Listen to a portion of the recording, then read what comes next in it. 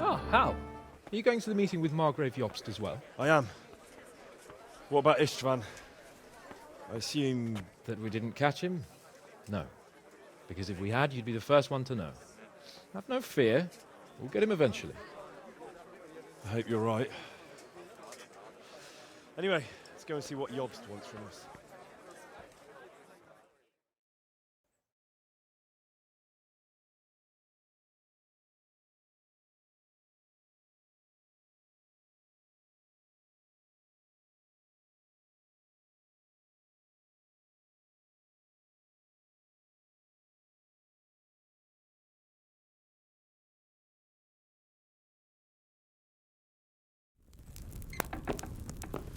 My lords, Christ's blessings on you all. And on you, Lord Capon. And this is my son, Henry. I didn't know you had a son, Sir Redzig. It came as a bit of a surprise to young Henry, too. This gentleman here is John II of Liechtenstein, a member of my council. I'm honored, gentlemen. Come join us. Margrave Jobst was just about to tell us the reason for his visit. Your Grace? I'm sure we're all agreed, Your Graces, that all this unrest must come to an end. This kingdom needs a king. The question is, which king? My cousin, Wenceslas IV, who is being held in captivity. I have to confess, my lord, that your answer surprises me a little. If I'm correctly informed, until recently you sided with your other cousin, Sigismund. That I cannot deny, and I have always stated my position plainly. But times have changed. How have they changed, Your Grace? Sir, there is one thing on which we undoubtedly concur, that King Wenceslas, unfortunately, did not inherit his father's gift for governing. Sadly, his failures have cost Bohemia, the nobles, and our whole Luxembourg family a great deal of money and effort. How did the king let it go so far, damn it? It's in his temperament. He cares only for wine, women, and the hunt. A king, in fact, who never wanted to be king. Then why didn't he just let his brother have the crown? Young sir, the crown weighs heavy when there are duties to be performed, but to surrender it means giving up great privileges, too. But he did surrender power to his brother. When things started getting out of hand, Wenceslas appealed to Sigismund for help in restoring order. What you're saying, Wenceslas invited him here? This is starting to make my head spin. Actually, it makes sense when you think about it. Sigismund wanted to re-establish the power of the whole House of Luxembourg. He thought if he helped Wenceslas win the imperial crown, in return his brother would help him become the king of the Romans, and leave the actual reign of Bohemia and the empire to him. Sigismund would govern, while Wenceslas could carry on doing what he was best at, enjoying the life of the imperial court. Why wasn't Wenceslas crowned Holy Roman Emperor long ago? He was already elected king of the Romans. All he had to do was go and let the Pope put the damn imperial crown on his head. Who knows? Maybe he'd prefer hunting and consorting with bathhouse wenches to spending time with the Pope. Well, so would I must admit. Sigismund's plan seemed sound enough, but it didn't quite work out, did it? It worked for a while. He and his brother reached an agreement. Sigismund took over administration of the kingdom and began planning Wenceslas's journey to Rome for the imperial coronation. But then Wenceslas realized he would just be a puppet with a crown. I must say, Margrave Jobst, Wenceslas and Prokop behave rather like naughty children in need of a good clout about the ears. Sigismund would agree. He was already planning his rule of Bohemia, and all of a sudden, the rug was pulled from under him. I'd say he lost his patience and decided he'd drag Wenceslas to the coronation kicking and screaming if he had to. Just like a naughty child, as you say.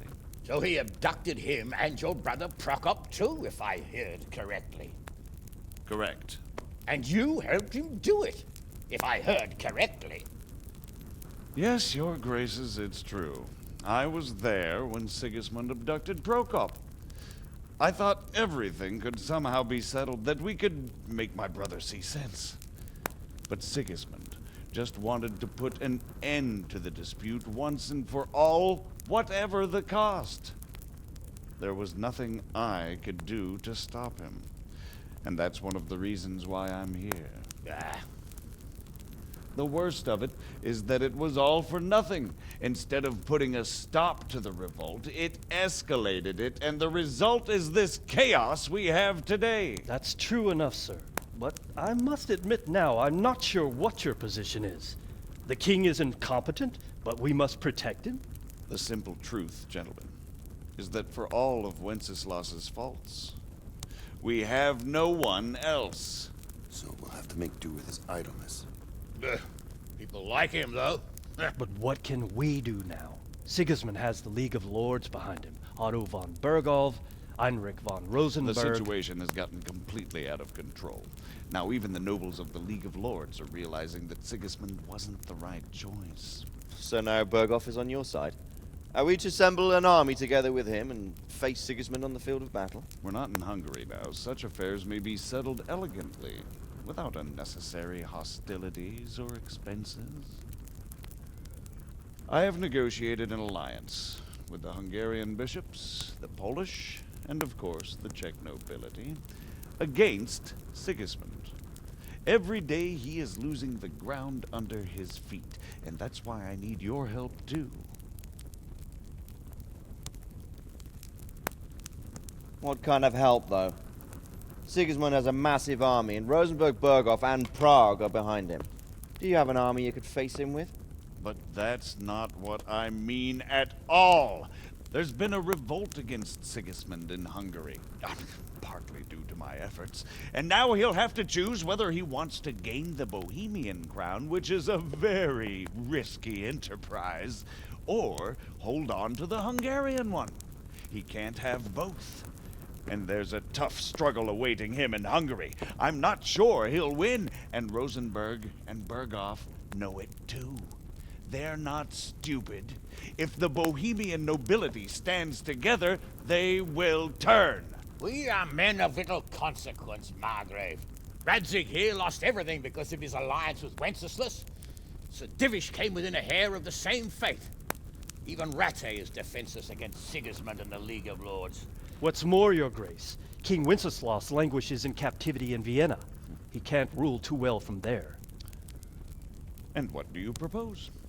To sit with your arms folded till the Bohemian lands are turned to ashes like Skalitz? We have to put a stop to this senseless war.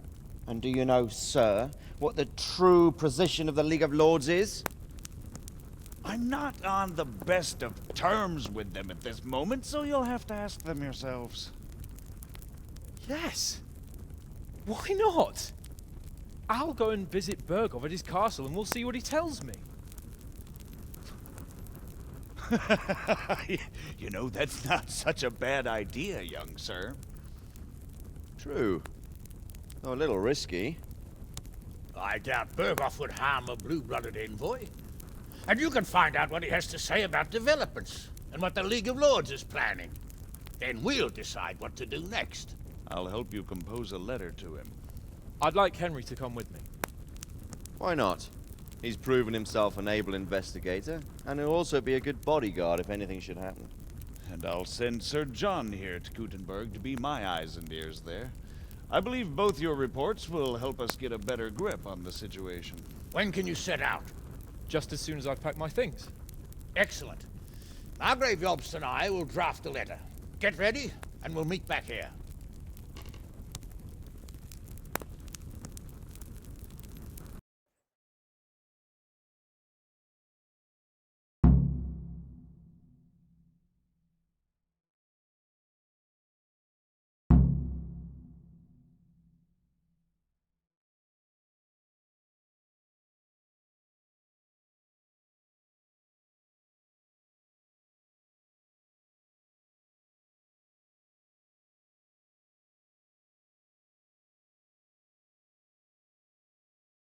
In a way that won't leave Sir Capon being run out of the castle with a whip.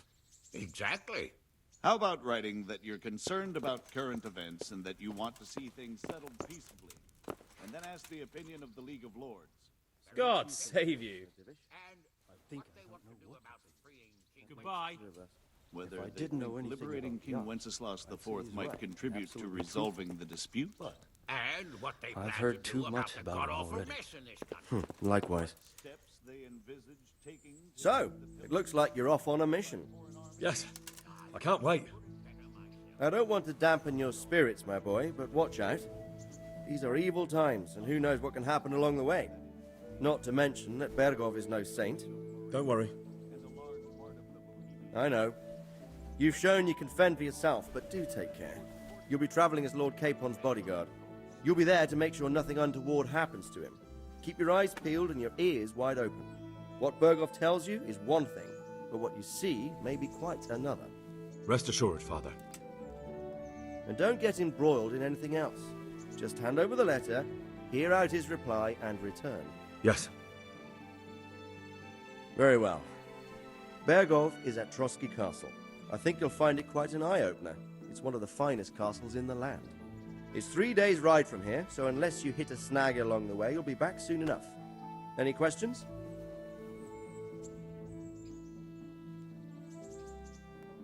I'm getting a bit lost in the Luxembourg lineage. It all seems a bit too tangled. The Luxembourgs have ruled the Empire and Bohemia for almost 100 years now. Emperor Charles brought this land to prominence. When he was in power, things had never been so good. Wenceslas and Sigismund are his sons, but by different mothers. Jobst and Prokop are their cousins. They were entrusted with governing Moravia. But instead, they've been in a bitter armed feud for years, and now Sigismund's fallen out with Wenceslas. Wenceslas also had another brother, the youngest, John of Görlitz, who was most probably poisoned. They seem like a hot-blooded lot. It's hard to keep up with their affairs, since they tend to change their alliances from one day to the next. Who is he really, this Jobst? The cousin of King Wenceslas? He's the Margrave of Moravia. I admit I don't know what to make of him myself. Until recently, he was allied with the League of Lords. For a time, he even served Rupert of the Palatinate against the king. And now suddenly, he's reversed his position. I don't know what led him to do it, and one can't help being suspicious. It's best to keep a watchful eye on him. But he really is the leader of the resistance against Sigismund these days. We'll just have to see how it all turns out.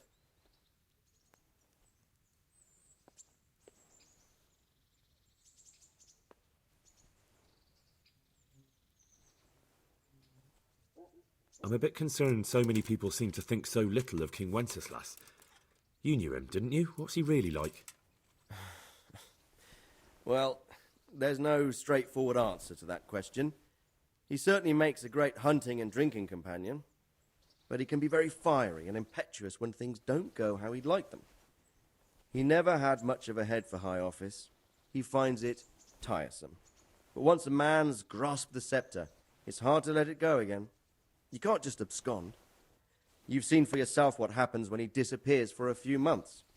Better a bad but legitimate king than a bloody war over the throne.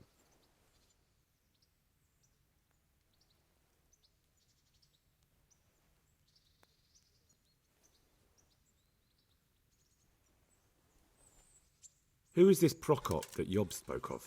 Jobst's brother, the king's cousin. He and Jobst warred over Moravian supremacy for years. Then they were allies for a while, betrayed Wenceslas and sided with Rupert of the Palatinate.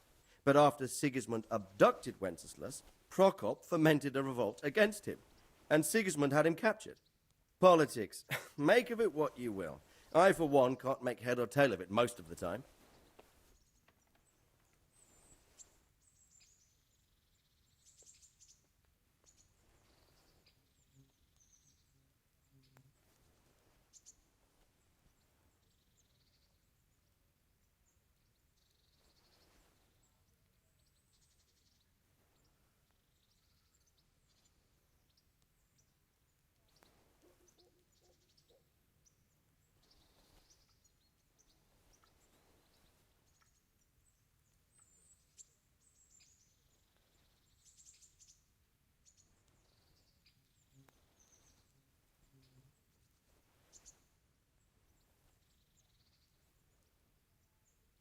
The League of Lords and that Berghoff we're off to see. Who are they exactly?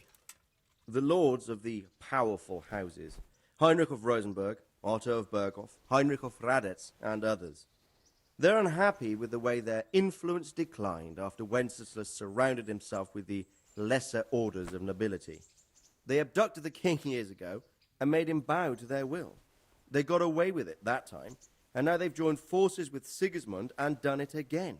But now it seems that Sigismund's behavior is starting to rub them up the wrong way, so they may well be thinking twice. We'll see what Berghoff has to say. I don't know all that much about Sigismund. He's the king's younger brother and king of Hungary in his own right. 7 years ago, he led a crusade against the Turks and was defeated at Nicopolis. Some say it was due to the recklessness of the French knights, most of whom were mercilessly slaughtered. Sigismund is ambitious and capable. He might well make a better ruler than Wenceslas, but he's arrogant, and to our misfortune, brutal. Not long ago, he himself was held captive by the Hungarian nobility. They dislike him as much as some of the Czech and German noblemen do his brother Wenceslas. Ironically, Wenceslas joined forces with Jobst to liberate him. And now this is how Sigismund repays his brother. There's no doubt about it, God does move in mysterious ways.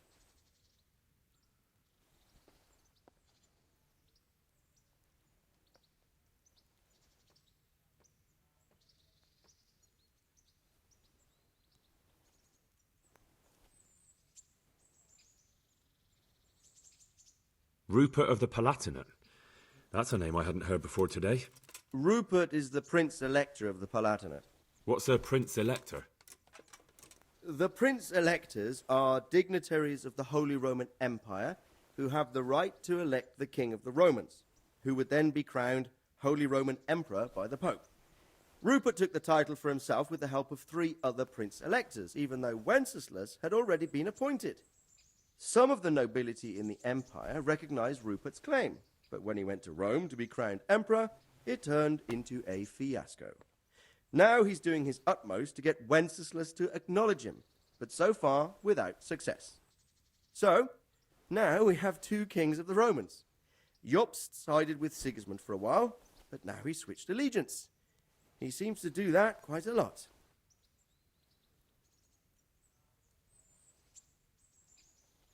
That young man, Sir John of Liechtenstein. Why is he here? The Liechtensteins are a powerful Austrian family with estates in Austria and Moravia. Sir John sits on Jobst's council. Since the king's being held captive in Vienna, I suppose it makes sense to have a powerful Austrian house as allies. It could be very useful. That's about all. Very well. Take the letter from Sir Hanush. And good luck, son.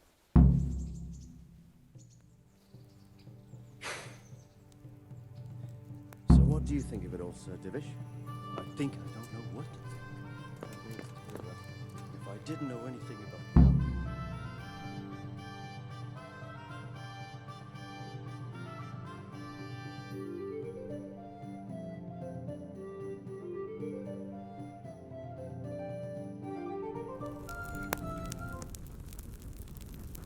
I believe we have written it well, gentlemen. Without a doubt. No one could deduce from this whether we are Sigismund's allies or foes. I must travel back to Brno now, but soon I will go to Brandenburg and I will stop here on the way back. By then, Sir Capon should be back and we can discuss how to proceed. Right. Before you leave, my lord, there is one thing that gives me no rest. Why did Sigismund come as a foe? It makes no sense. If I may, sir, I think I can explain. Oh, please enlighten us, young sir. I live not far from Hungary, where Sigismund reigns. It is a savage country, and the constant war with the Turks has hardened the people. They need a monarch with an iron hand. So when Sigismund felt the wind of revolt, he reacted as he would at home. Only what works on the Hungarian nobles does not work here in Bohemia. Bringing order is one thing, but Slaughtering and pillaging with a horde of barbarians, quite another. What purpose does that serve? But Sigismund did give the Bohemian nobles a chance to take his side. It was only when they refused his ultimatum that he lost patience and took to the sword. As for the barbarians, he could afford nothing better.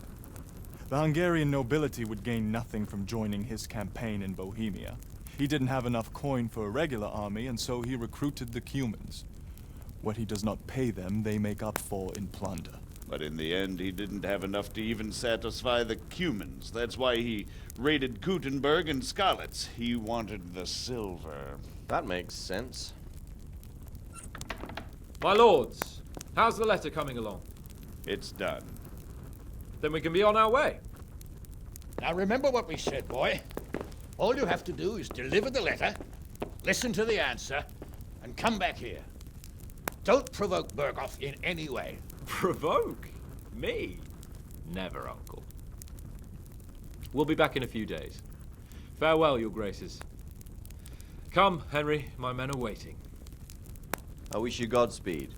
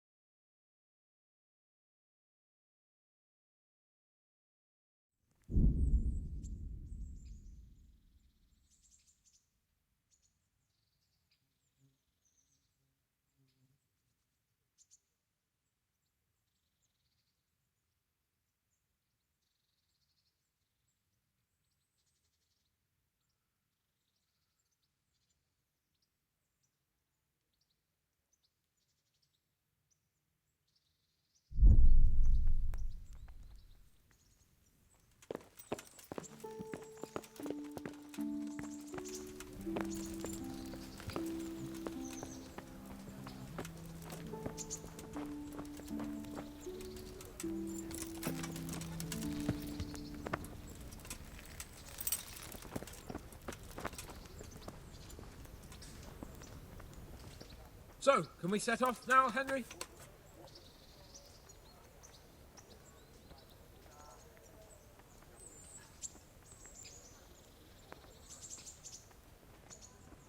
There was one more thing I wanted to attend to. I see. We'll go on ahead and wait for you in the camp at Neuhof. I'll use the time for a hunt before we go. Very well. We'll meet up there as soon as I'm done.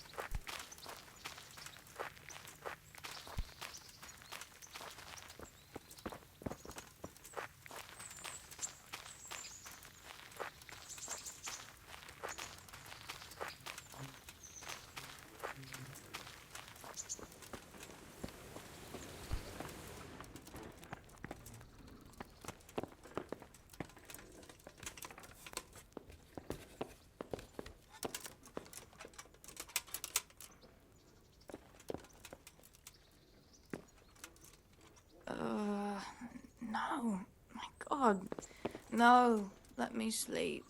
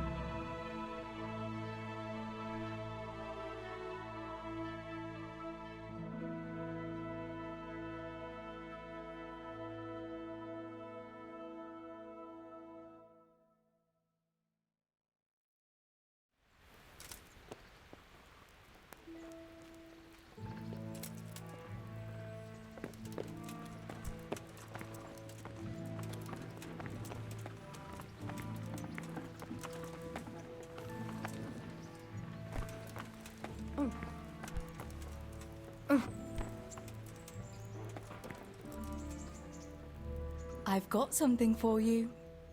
I got them from Uncle Peshek. Just don't go poking them where you shouldn't. They're lockpicks. They're not really intended for poking in your own locks. True, but at least don't get caught. And if you do, you didn't get them from me.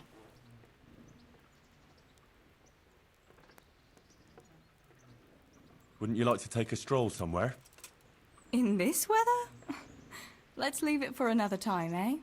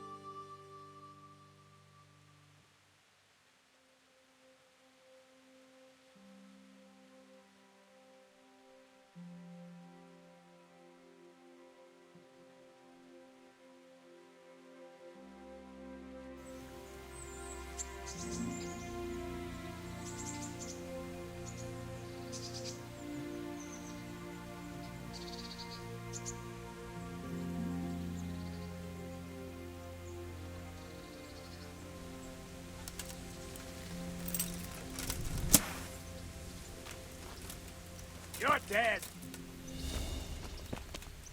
Come on, then.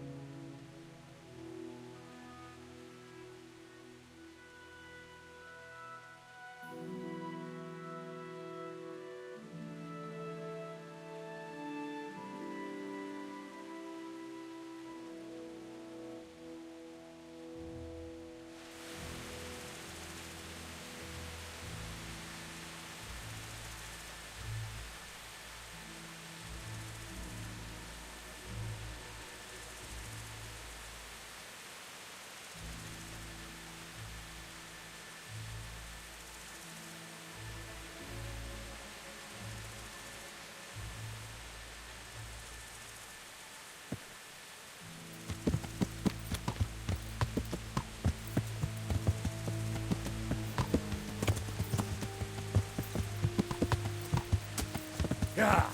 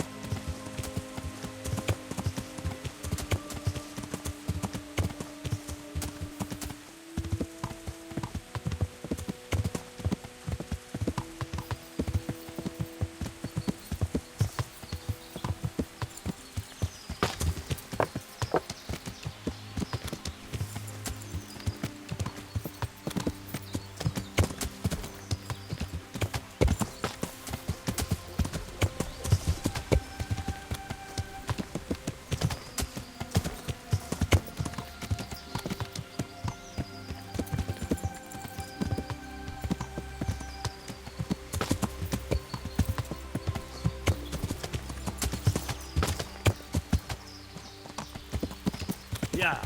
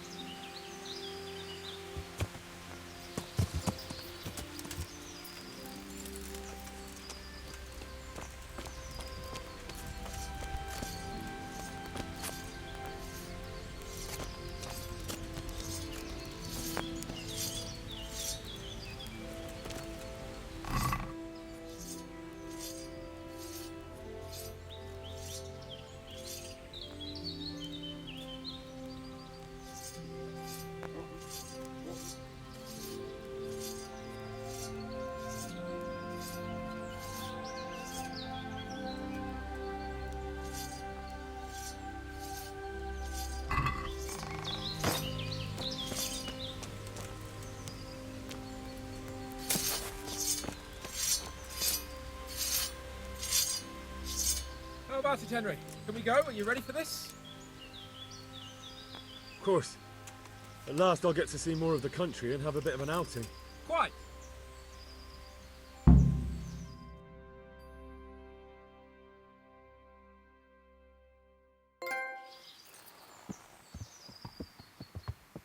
Let's get to it then.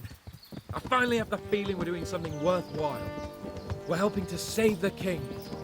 Instead of saving his drunken majesty, I'd rather find that horseman who murdered my parents, get the sword back from him, and skewer him with it. Cheer up, Henry. I have a feeling you'll get your chance one day, and it won't be long in coming. Forward, men! Audentes fortuna you must!